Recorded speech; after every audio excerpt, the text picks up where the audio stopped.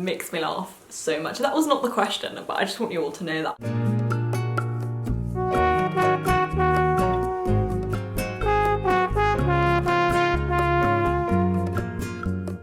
Hi guys, and welcome back to my channel. Oh hello, if you're new, my name is Emma. Complete grad, film student, and you're about to learn a lot more about me because you requested a Q&A. I asked on Instagram, you know, what vids do you want to see? You requested book videos, film videos, casual cooking. So I have plans for those. We also just wanted a Q&A. Lots of you here are new, so hello. Let's get to know each other a little bit better. So let's just start with a light one to ease us into this. Have I had any vivid dreams lately? I have a dream journal on my phone. A 10 out of 10 would recommend doing this, and I like, you know, dream dictionaries. It's like my guilty pleasure. I've been having a lot of really vivid dreams. Apparently that's like a theme. A lot of people in lockdown have been having really intense dreams. Apparently that's like symptomatic of like anxiety and stuff. So I'm like, oh, well, that's nice. I keep having dreams where I have like fingers and like, or I grow an extra finger, or like I have a toe chopped in half, which was a really weird one. Last night I dreamt that like a kitten, like it was a cute little black kitten, bit my finger and like bit my hand. So that was a really weird one. Psychoanalyze that at your leisure. Actually, one of my favorite ones that I get is like I have a reoccurring dream of like exploring mansions. I don't know if you guys have these. They are so fun. I love Versailles. Versailles coffee table book here that my mummy bought me. I tidied my room and I completely reorganised this desk. I'm at my parents' house, this is my child's bedroom. I usually shoot from the window, but I have so many coffee table books for someone who doesn't own a coffee table, and they're so heavy that you just can't take them back. I have this beautiful Versailles one. So I keep like dreaming about Versailles, which is like, that's a good dream. That is 10 out of 10 would have that dream. That is a good dream. And like anything to do with like restoring houses, those dreams I have them quite a lot and I really enjoy them. The last thing I usually do before I go to sleep is scroll through Pinterest. It's been like my calm aura of like my calm little space, honestly, during lockdown. There is no politics here. There is no virus here. All that is here is beautiful pictures of kitchens and flowers. Has anyone got into the like whole cottagecore aesthetic? Because that's like a different kind of vibe altogether, isn't it? That's like a escapist. I want to go live in a cottage with some like a vegetable patch, lots of flowers and a chicken. There we are. That's the level of aspirations we've got to, because we're about to have another recession and I'm never gonna make any money, so I'm gonna go live in the countryside and be self-sufficient, because the fuck else am I supposed to do with my life now? That was a very long answer for any vivid dreams. If you could live inside any movie, which would it be? I would obviously want to say Marie Antoinette, but like up to the point where there's the revolution. It's just a beautifully aesthetic film. Oh, I watched Before Sunrise for the first time and like that did something to my soul. Like that like did something to my soul. If you haven't watched it, I recommend it so much. Jessie and Celine walk around, you know, Vienna for one night. It's so simple and the filmmaking is so understated and it's just so, like you've had these conversations before with someone that you've like got to know for the first time and whatever, and it's like falling in love all over again. But it's a really cheesy thing to say, but it really does feel like that and has reminded me of some of like the best dates I've been on and stuff. That like hurt to watch, but there is just something about that film that is so, it's just a great film. I can't recommend it like enough. I haven't seen the entire trilogy, I will do, but I just need to like recover emotionally from like watching that first one before I go into the other ones, you know? Would you ever make a film based off of your favourite books? Absolutely. I 100% would. I don't think when it comes to film that I'm a particularly good writer. Which is funny because when I was younger, writing was all that I did. I think book adaptation is something I'm quite suited to. I think my brain quite likes it, so I think it's gonna crack. No, never mind. Yeah, I would definitely do that, and I absolutely fucking will. There are some books that you read and you know that you could adapt them and that would be like so easy, it would work a fucking treat, and others that you read and you're like, no, you can't. Even if you tried, you couldn't try and adapt this. Calvino's If on a Winter's Night a Traveller is an incredibly good example of that.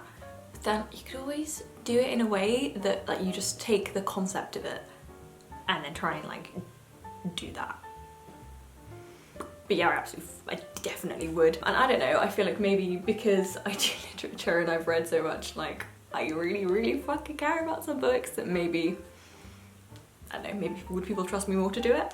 I don't know. And I don't like the concept that the book is always better than the film. I don't think that's necessarily true. There are so many books, so many films that were books that you don't know that were books. And it's only like with really famous books that everyone's like, oh, the book's always better. I'm like, yeah, okay, but has anyone ever read American Psycho? No, because the book is fucking crap and the film is fucking amazing. So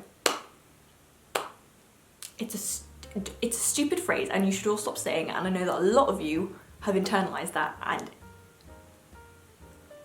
I see you. And then a lot of people have asked me what my favourite book is. My favourite book is Roxana by Daniel Defoe.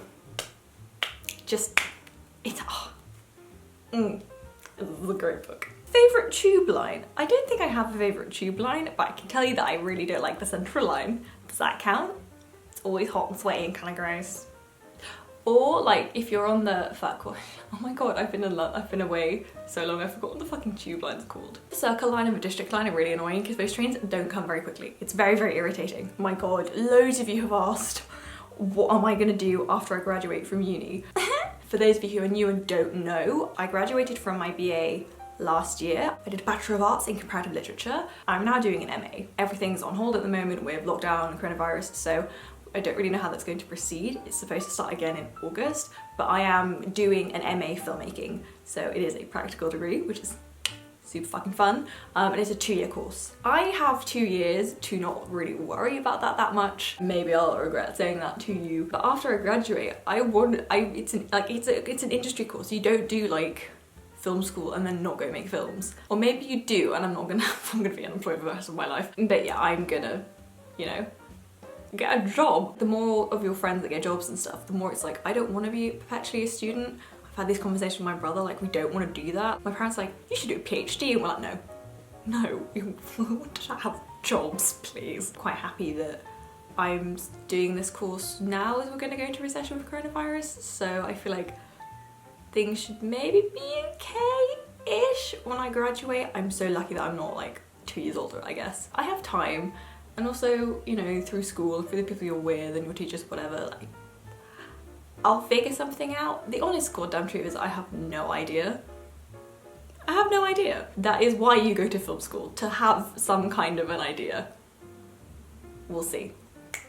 If you want to work in creative industries, sometimes it's fucking terrifying. There's no grad schemes for you here, kids. Ooh, good one. How's the IUD treating you? I remember in a video you got it a while back, and I want one, but I am wary. So I got the coil, like, almost 6 months ago now. It's one for 5 years. It's been really nice not having to like remember to take anything. That's been very useful. Initially, I broke out on my neck and on my chin. This still hasn't completely gone away, but I feel like that's not entirely the coil's fault. That's also kind of my fault. But this is usually around here, hormonal acne. But like my periods have like started to go away. It's really like, so they've started disappearing, and when I do have them, they're a lot shorter. I went like 60 days without anything. I was like, this is great. This is fucking great. So I think the initial like slog was quite intense. Like my period just didn't like quit for like what? 2 weeks? That was fun. That was really fucking fun. But honestly, it's becoming more and more minimal. Nothing over longer time periods, and then when I do have it, it's less. That has been great. So I'm kind of annoyed with myself that I didn't do it earlier. But I'm happy that I've done it now. An alternative would potentially be implant or something. I think it just depends how much you want hormones. As I get older, I'm worried about like messing with my fertility like long term. Apparently if you take the coil out, you can like get pregnant straight away, which is something that doesn't happen with a pill because that takes your body a lot longer to get back to normal. So that kind of, if I'm thinking like long term, that really freaked me out. I think it just depends on like your age and what you want and need and stuff, but I really enjoy not having to think about it. That has been great. Ooh, what is the biggest challenge you've had to deal with as an adult? Adult. In all honesty, like my parents' mortality has been a big one. I think that's like the biggest thing that's made me aware that I'm a grown-up now and not a child anymore, is like realizing your parents aren't invincible. I'm sure maybe that's not what you thought I was gonna say. My dad recently actually had coronavirus, which was fun. I haven't spoken about this, but this over a year ago now, well this time last year, my dad was in a traffic accident and he almost died. And that happened abroad as well, and they had to like fly him back out here, and like But the man walked himself out of major trauma. I went to go fetch him from the hospital and he did that, and like, that has probably been the most jarring thing of like finally being an adult and being like, oh fuck. And it's something as well that like more and more of my friends have started like dealing with, being like, you talk about it and then they will also talk about how like they're dealing with now realising their parents are going through stuff as well, and that's, I think that is probably like one of the interesting ones of your early 20s. So you know, if you know your friends are going through anything, like reach out to them, be there for them, because you will really need it when things happen for you. Ooh, running tips. So for those of you who don't know, Emma started running again. I ran a lot of cross country as a child and stuff. I cleared out my room and I found loads of certificates for it as well. I was like, I was quite good actually. This last week I've run 30 kilometers. This week that you're watching this, my intention is to run another half marathon. That's right kids, another. I ran one last month for funsies. My time was like 2 hours and something, which is obviously great, but I was so chuffed that I did that. I was like, fuck yeah, I can run 21.1 kilometers. I had to run around the garden a few times to make sure that I actually got up to 21.1. I was so stoked with myself, like I really want to run a marathon. Probably most likely next year or something. I kind of hikey want to run Tokyo. I can't explain why, but I really do. Got back into it. It's like a fucking drug. If you guys want to start running more, a couple of people have asked for like a video on it. I don't think I'm the best person to do that. There are loads of really good resources on YouTube that I keep watching. But the way that I make sure that I actually go on a run when I say that I'm going to go on a run is if you just put on your workout gear. Try taking off your workout gear when you haven't gone and done a workout. You feel awful. You feel so guilty and terrible. So I just guilt and shame myself into going on a run. That sounds so negative, but in terms of just like, I know how bad I would feel if I took off the workout gear and I hadn't gone on a run. You might go for a run at 8 o'clock, but you will still go. Ooh, are you spiritual? Do you believe in manifestation / law of attraction? I like high-key do. I think that when you verbalize what you want and like, if you like put it out into the universe, I think you just try more. It's not something like your little secret. It's like something that you want to do, you've said you want to do. I mean, why do you think I constantly talk about the fact that I want to make films? Well, A, I do, but also you verbalize it and it's in a way you become accountable for it. If you don't say it out loud, no one is ever going to know that you didn't do that thing that you wanted to do. No one's going to hold you accountable. So I think putting out that energy that you want to do it, I think it puts you in a mindset to achieve things. I don't think it just happens. It's not like you put it out there and it magically happens to you. But my favourite moment ever of this whole like law of attraction thing and like manifestation and whatever is that I went on a picnic with my friends last year in Hampstead Heath. I made a joke being like, you know what, this is where Harry Styles is gonna like come up to us like when he's on a run or whatever and say hi. I put that into the universe. And then we were like sat there, I don't think I've told you guys this, we were like sat there having a nice picnic and this dog runs up to us and like she's like trying to get in our food. It's a very beautiful Cocker Spaniel. I was like, oh, that's doggo. And then this voice goes, make sure she doesn't like, don't let her eat the olives. And I was like, okay, let's make sure the dog doesn't eat the olives. Then I think I looked at my friend Marabella. We looked up. It was Tom fucking Hiddleston. Sweaty after having just run up a hill. It was a great moment. It was just great, start to finish. It's the most English thing that's happened to me in a very long time. They were just like, ah. And then obviously his dog ran off, so like he continued like on his run after his dog and stuff, but it took us a moment to like clock it and we were like, oh, hello. We didn't say anything. I think there was no need to, but it was just a very great moment of like, I'll put that energy into the universe. And the universe was like, I got you, bitch. Here you go. Hey, have fun. Ooh, what are some words you try to live by and why? I'm a big fan of fake it till you make it.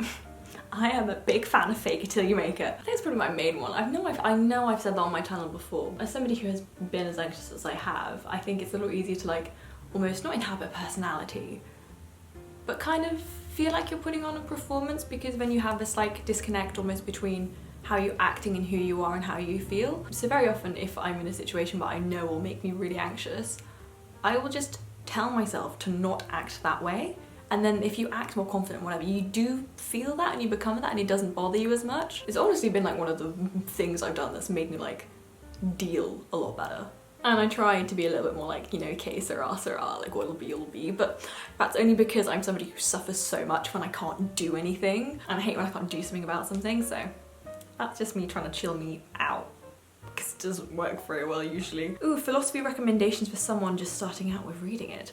Yeah, I would go classics. Obviously it's probably the thing that I'm gonna tell everyone, is just because in a way you start at the beginning, you know, things are reactions to other things, so I would really recommend starting with classics. Chuck a bit of stoicism in there. I like stoicism because it's very practical. It's the kind of thing you read, you'll understand, and you'll be able to apply it yourself, and I think you understand it a lot better because then you can do that. And I'm gonna Bae of my fucking heart, Michel de Montaigne. You can get this like little penguin like versions of a couple of his essays, or just go in with a big chunky 1,200 page collection of all of his essays. I just find those really fascinating. Even the concept of like an essay, what is it, like essay, it's to test. It's like a little test, so it like writes about any kind of thing. Maybe a lot of people wouldn't recommend you start with Montaigne, but I kind of think I would. I just love his writing, and I do think it is actually quite accessible.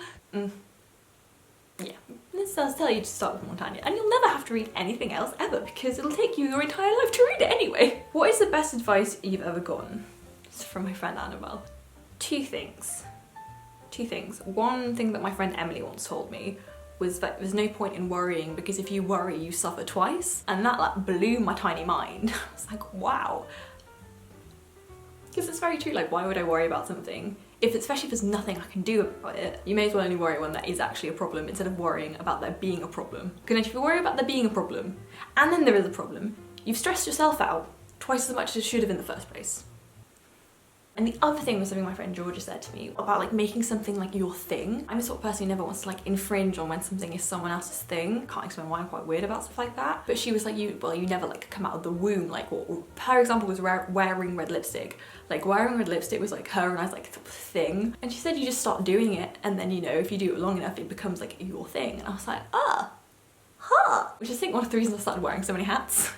I love a good baseball hat, also because I don't want wrinkles and SPF is also your best friend, but it's true, it's like you just start doing it and then it's your thing. That again blew my tiny mind. I like that these two questions are together. Why is there nothing better in literature than Paradise Lost? And the other question was, worst classic you've ever read?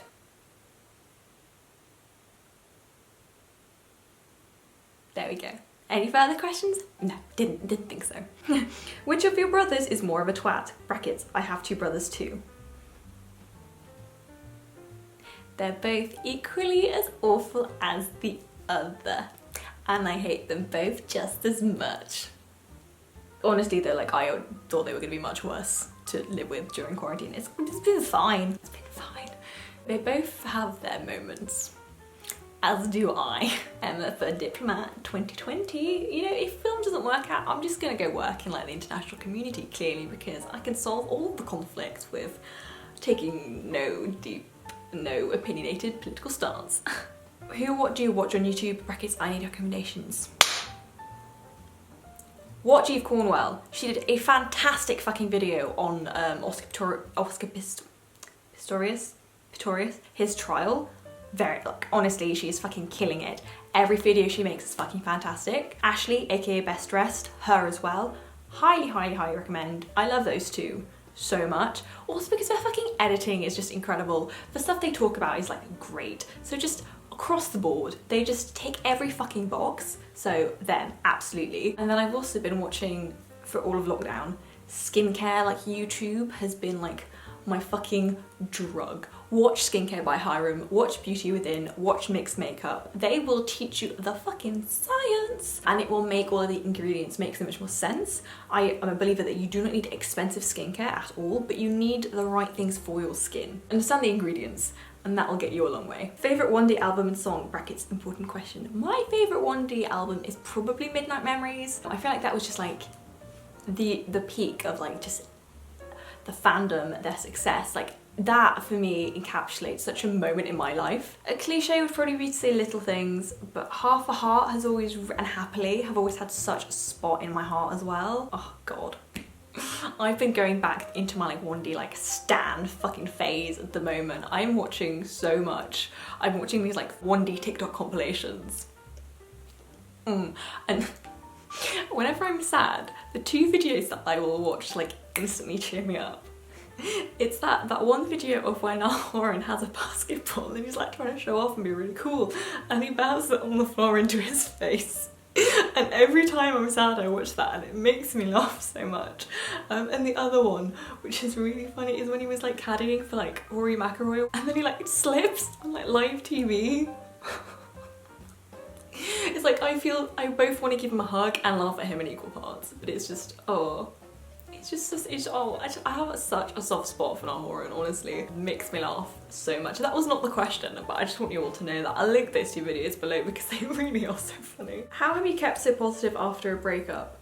It usually helps when you're the one breaking up with them. Whenever you have a relationship that comes to an end, I think it's always so important to invest in yourself.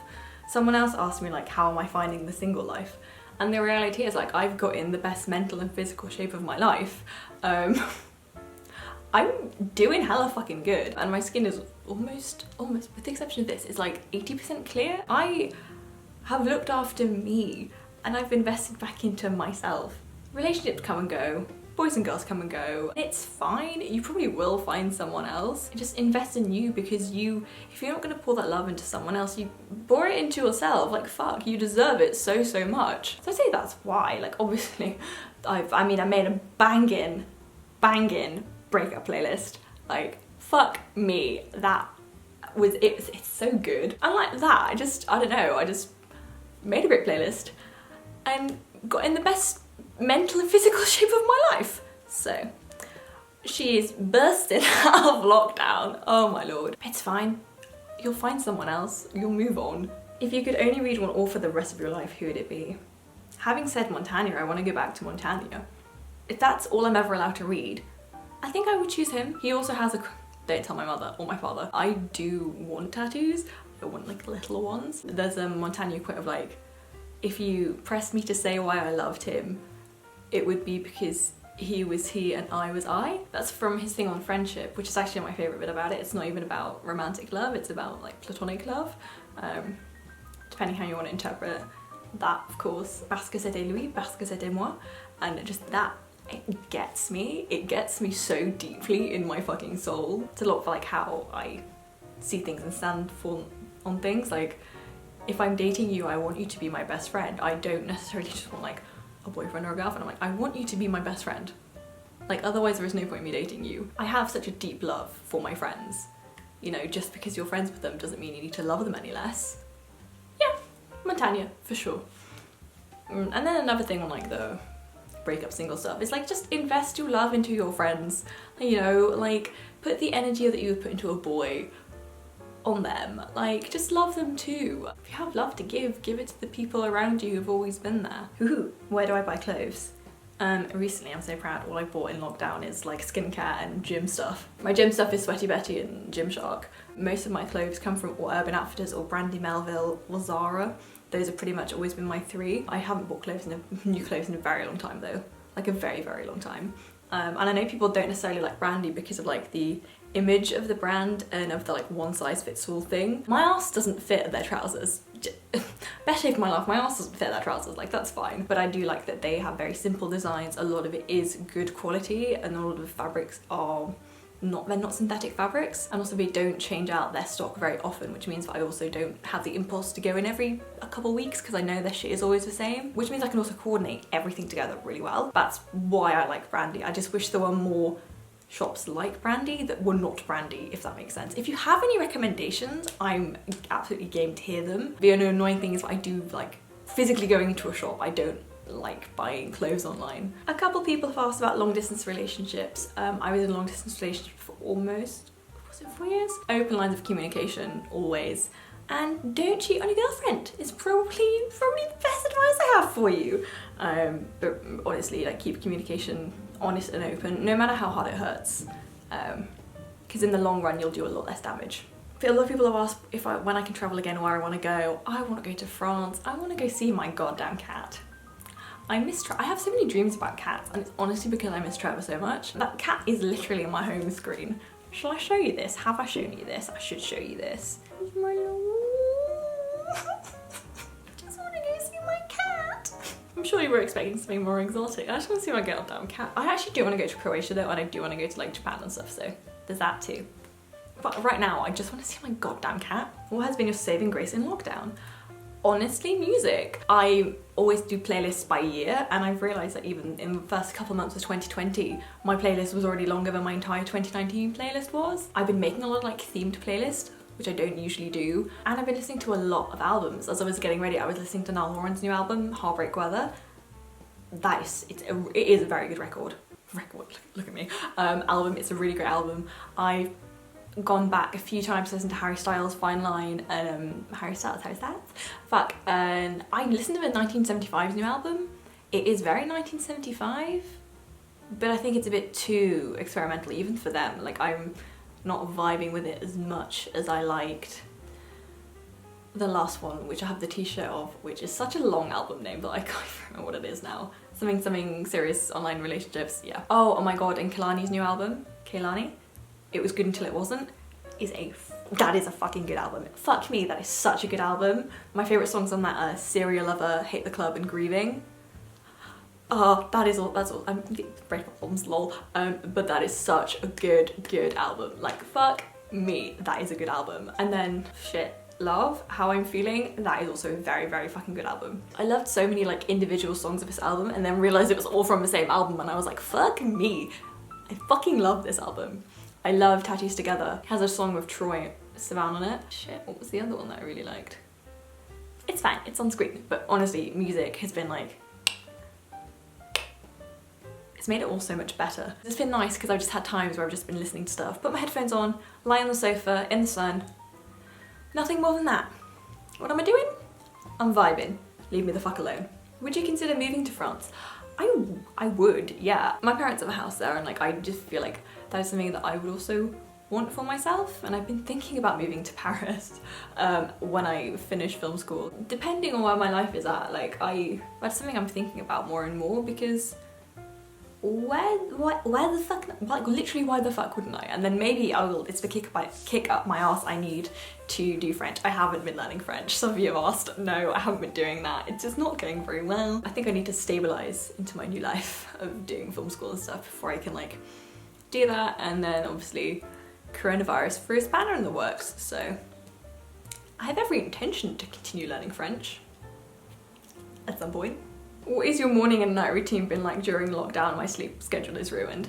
Mine too, hun. Mine too. I feel like I've been going to sleep at like midnight or 2 AM, and pretty much always, I do wake up at like 9, but if I'm down before 10 or 11 o'clock, it's a fucking miracle. So I've been so productive, yeah. But I'm also not holding me accountable for being productive, so it's fine. Just what else can you do? In this house I've never had a good routine as it is. In London I had such a good routine. I was getting up at 7:30, going on my run, having breakfast, doing all the skincare and makeup and shower and everything, and that is in a good groove then. So hopefully when I go back I can muster up that same kind of energy, and then we'd all have more videos. Wouldn't we if I did that? What kind of movies would you like to do? A couple people have asked me this. I am such a hoe for period costume dramas. We're so shocked. It's kind of hard because just the films you like to watch is not necessarily reflective of the films you want to make. Costume dramas really do it for me. I mentioned it already, but a film I like really wish I'd made was Before Sunrise. Some more like simple films I'm quite a big fan of. I don't know, I guess I just have to see. I can tell you what kind of films I don't want to make, but then again, I don't know, who knows, I might end up making them anyway, so maybe I wouldn't write a film like that, but maybe I would direct it or stuff like that. So you know, you just don't really like know at this point. We'll just have to see, won't we? Even if I end up writing and directing, because like film school has been an identity, I'm not gonna say crisis, but it's been like awakening, and I love editing, so God knows. This is the one thing apparently, like, while as much as I like love to plan and control the future and stuff, the one thing I'm actually quite chill about, and like, oh, we'll see, it'll be fine.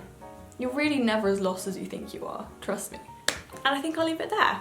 Thank you guys very much for watching. I hope I haven't bored you all half to death. If you want to join in the next Q&A, my social media, Twitter and Instagram is @sarcasticfish. You can always drop me a line there. Hope you guys are staying safe during lockdown. Hope you guys haven't gone completely insane either.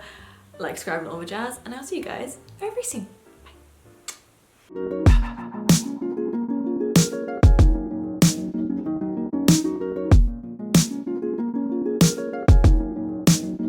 Would you ever make a film based off your... Oh my god. why can't I say this one?